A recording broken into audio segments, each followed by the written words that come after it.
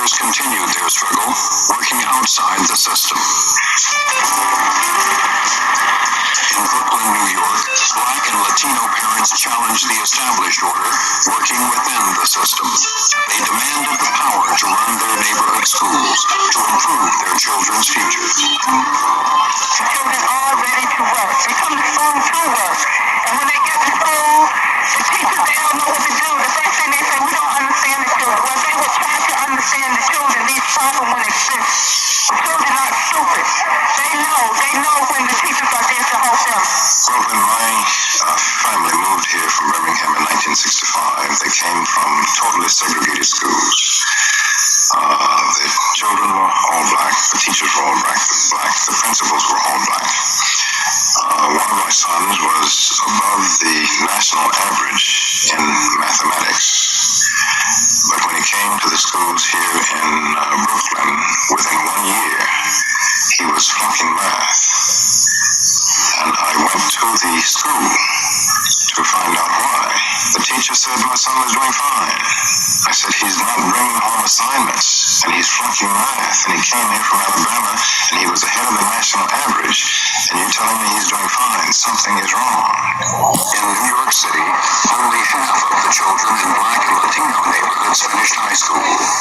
To make the schools work for their children, parents in the Ocean Hill, Brownsville section of Brooklyn planned to take charge. In the beginning, city officials were hopeful. This decentralization plan does for our city schools in New York exactly what any stable, good school in any suburb has, which is to involve the parents sufficiently so they have a stake in the whole process of schools. And that's all we seek to do. In 1967, with support from the Ford Foundation, the city made Ocean Hill, Brownsville an experimental district.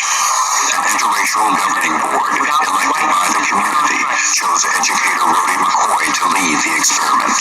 He became the first black superintendent in New York City. The black people in this community have assumed the responsibility for their schools to try to improve and set the stage for quality education in an urban setting. This was what the experiment was designed to do. This is the reason that the parents became involved. It was a joy to go to a board meeting.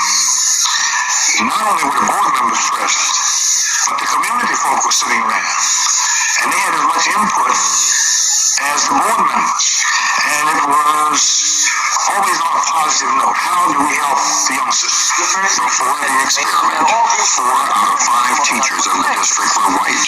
Now younger teachers, a number of them black, transferred to Ocean Hill, Brownsville. The students, 95% black and Latino, responded. You felt more accepted. You weren't the outsider in your own school. They were a part of your environment. I mean, they were black. You can identify with them, and they can identify with you. It's as simple as that. There's no big mystery. At first, the newly formed Teachers Union, the United Federation of Teachers, supported the experiment. But with administrative decisions now being made by the community, the teachers were worried. It was supposed to be an experiment in an involvement of teachers and parents, and suddenly decisions started to get made, and no one knew how they were made or where they were made. So there was a lot of wariness on the part of teachers. Albert Shanker, the UFT president, questioned where decentralization of the schools might lead. Under the new proposal, teachers and supervisors would be hired on the basis of interview by local people. And this would mean that New York City would be faced with the same problem that a lot of other areas are, namely where local people don't want whites, there won't be any whites teaching. Where they don't want any blacks, there won't be any blacks. Where they don't want Jews or Italians or Irish or anybody else. We will essentially develop within New York City a series of school systems that are more segregated than the school system is at the present time. And I say that that is the beginning of destruction of our school system. Through the 1967-1968 school year, the community board worked to assemble an integrated teaching staff. Some tenured teachers resisted neighborhood control of schools. The community board faced a dilemma. In May, the local board had its regular meeting. I guess we were having meetings at that point about every 2 weeks. And on the agenda that night, McCoy had put an item to transfer 13 teachers and also some assistant principals. I guess there was 5 or 6 of them. And we sat down and talked to the governing board members of the school and the principal of the school, and we came to the conclusion that these people were not going to work well in the system. And they had also demonstrated that they were opposed to the experiment. We were asking teachers to make an extra effort to get along with our kids, to teach our kids, if there was any problem, to possibly visit in the homes. Well, the union didn't, this wasn't a project, they didn't have to do any of these things. There was discussion, there was disagreement, there was a vote. And we finally came to a conclusion that so that we could have a demonstration district, this is like 8 months after it had begun, that some of these people would have to be transferred, would have to go. But again, transferring teachers from one district to another with the Board of Education was something that was very ordinary. If a teacher was having problems, he would simply call up the superintendent of schools down at Livingston Street, and the person would be transferred. No questions were asked. But when McCoy tried to do it, of course, that created the scene of the century.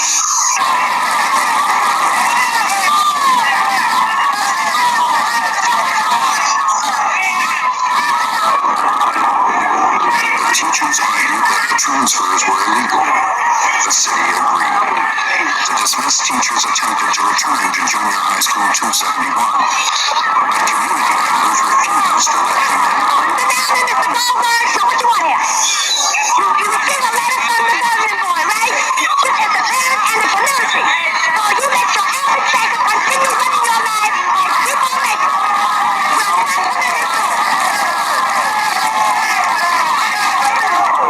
Well, there's 19 and there are many more, but we figured we'd start slowly. These 19 have been knocking the program, have been causing trouble in the schools. We have people that are telling the black children that the Puerto Ricans are against them and the Puerto Ricans are against the blacks. We have to take steps to keep these people out, to make sure these people are not allowed in, to miseducate our kids, because if we allow this, then we're condoning it because we're saying they're felonies. You're sabotaging the classes. Now, I tried to find out what she meant by that. Do you know? The charges that was made previously, or the statement that's been made previously, is that we're sabotaging the project. Now, if that means questioning some of the actions of the governing board, then we must plead guilty to this. We have not been in complete agreement with everything they've done. Obviously, we're not in agreement with what they've done now. In no time had anybody mentioned that there was a problem with my service, or for that matter, with any of the people who were named, or certainly the majority of them. I didn't know them all. But here was this letter that ordered me out. So all I can say is I was dumbfounded. 350 union teachers walked out of Ocean Hill Brownsville schools to support the dismissed teachers. The community vowed to keep the schools open and maintain control. So at one point, the issue was just removing those teachers from our contract. And now the basic issue has to do with total community control over the schools. What does that mean to the school? Community control over the schools. Personnel, finance, everything. Filing, absolutely. September 1968, a new school year. The local board refused to take back the dismissed teachers. The teachers' union called a citywide strike. In the city of New York, education stopped for 1 million children. But in Ocean Hill, Brownsville, many teachers, black and white, crossed the picket lines in defiance of the union. I came into the district because I want to be accountable to the community. If I'm not doing a job, then I want them to kick me out. See, this is the only way that we're going to bring about any change. We have to be accountable to someone. In the New York City school system, there's no problem. Nobody gets fired. So the strike was a unifying factor in the black community.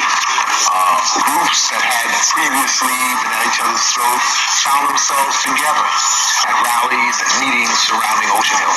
It was an issue that whether you were CORE or the NAACP or the Urban League or the Black Panther Party or the Republic of New Africa, you could rally around this community issue. Everybody understood the importance of black children receiving a quality education. During the strike of 1968, during the fall, probably the place that I spent most of my time was in front of 271.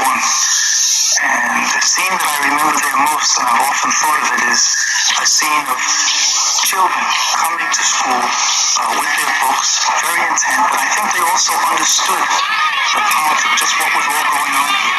We came in from the Howard Avenue side, and we had to go through barricades to get to the school, and you look up and on the rooftops across the street from the school, the cops were with the helmet gear, and the playground was converted into a precinct, and walking up to the school, you have just mass confusion. You have the community people out there, you have the UFT. You were just amazed. You couldn't believe this was happening, and you just went to school. The teachers who remained in the classroom looked for new ways to teach the basic skills. Some also brought a new cultural awareness. And today we're going to talk about the Europe culture of West Africa. We can trace, if we could trace our ancestral line back, most of us would go back to the Yoruba tribe.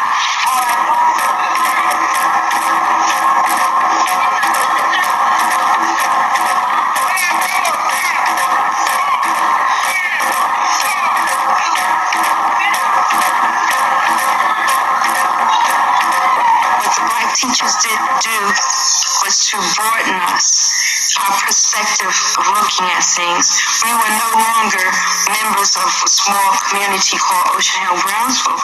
We were broadened to W.E.B. Du Bois, his readings, Langston Hughes, Malcolm X, Marcus Garvey, H. Rap Brown, Mao Zedong, the Red Book. We became international, and it was a good thing because Black people are the third world. The third world is much larger than European history. Outside of New York City schools, the battle was escalating. Community members questioned the union's commitment to the children. Union leaders charged extremists had taken over the experiment. I think the public sees what's going on. Every single parent in the city of New York understands that if Mr. McCoy and the Ocean Hill Brownsville Governing Board succeed, that they will be next, that there will be people in their own communities who will see this as a model of success and move in and take over these institutions. The city ordered the community board to allow the union teachers to return. Neighborhood leaders declared the community would decide. The community has said it already. They don't want to learn, so that means they're not coming in. Is that because they're white? I don't know. You have to ask the governing board. If it was up to me, they wouldn't be letting them simply because they weren't white. Right? You would keep them out there. I certainly would. Why is that? Not because I don't think that any white person is interested in giving black children education. That's my particular feeling. But if they persist in trying to get in here, by whatever means necessary, they're going to be kept out. The teachers' union accused the community of anti-Semitism. In a city with a Jewish population of over 1 million, the charge carried enormous political weight. Although many Jewish teachers crossed picket lines and continued to teach, the accusation threatened city support of the experiment. It is a well-known fact that the overwhelming majority of the teachers in New York City are of the Jewish faith. We have become the butts of their resentment, and it is, I think, but one simple step from resenting white people to resenting Jewish people, since most of the teachers are Jewish. I didn't feel then, and I don't feel now, that anti-Semitism was a major part of that situation. It was a black-white confrontation. A lot of the teachers involved were Jewish, so some people drew that conclusion from the start. Reverend Oliver, what about the business of anti-Semitism? What kind of scars do you think this is going to leave? Yes, there will be scars left, it seems, because there have been so many untruths floating around. But the teachers must realize that the communities must be heard. The people of the community must be heard. And it apparently does not sit well with them to have to reckon with the local communities, but they won't have to. And it's unfortunate that scars must come, but we have had 300 years of scars, and it's about time those scars were healing. The community board refused to give up control of the classroom. All of the people who care about you are here. The teachers are here. White and black teachers are here. There are some white teachers who are supporting us. We are grateful to all of our friends in is to black and white people. Come in, children. Come in, children. October 1968. Fearing a continuation of the citywide strikes, the New York City Board of Education suspended the Ocean Hill-Brownsville Community Board.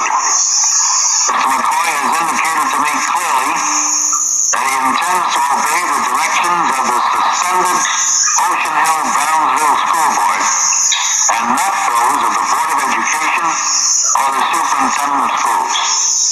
It is necessary, therefore, for me to relieve Mr. McCoy of his duties.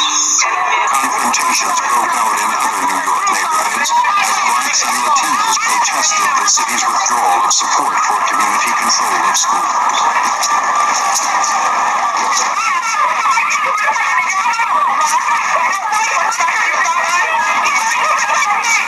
This is a struggle against educational colonialism. They took over school again. We were here with our people trying to run our school. Now, in defiance of that, the white community said, you gotta cool it, man. Until we can give it to you. They're not gonna give us a Johnson. We're gonna take what's wrong. We're gonna take what belongs. The city and the teachers' union agreed. The experiment must end. The community board's power was taken away. But in the neighborhoods, many were moved by the struggle of the Ocean Hill-Brownsville community. From New York's 5 boroughs, thousands marched to City Hall in support of community control of schools. There was a lot of disappointment on the parts of all of us, and I think we felt extremely bad. We had put an awful lot of effort into this.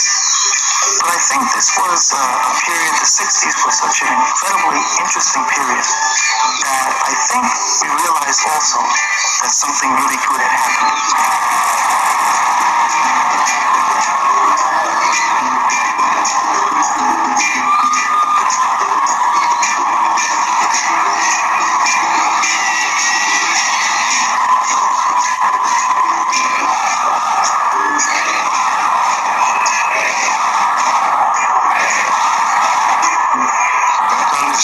These were community people who were disenfranchised with the system, who were nameless and faceless, who had never been incorporated and included, even though their children were mandated to go to school.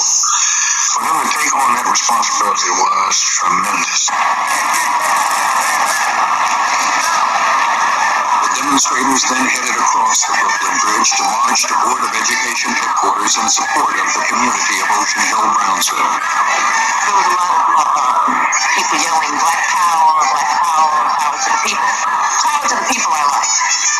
Because I think that what we were going through, any poor neighborhood, regardless of the ethnic makeup, is going through the same thing. I like power to the people.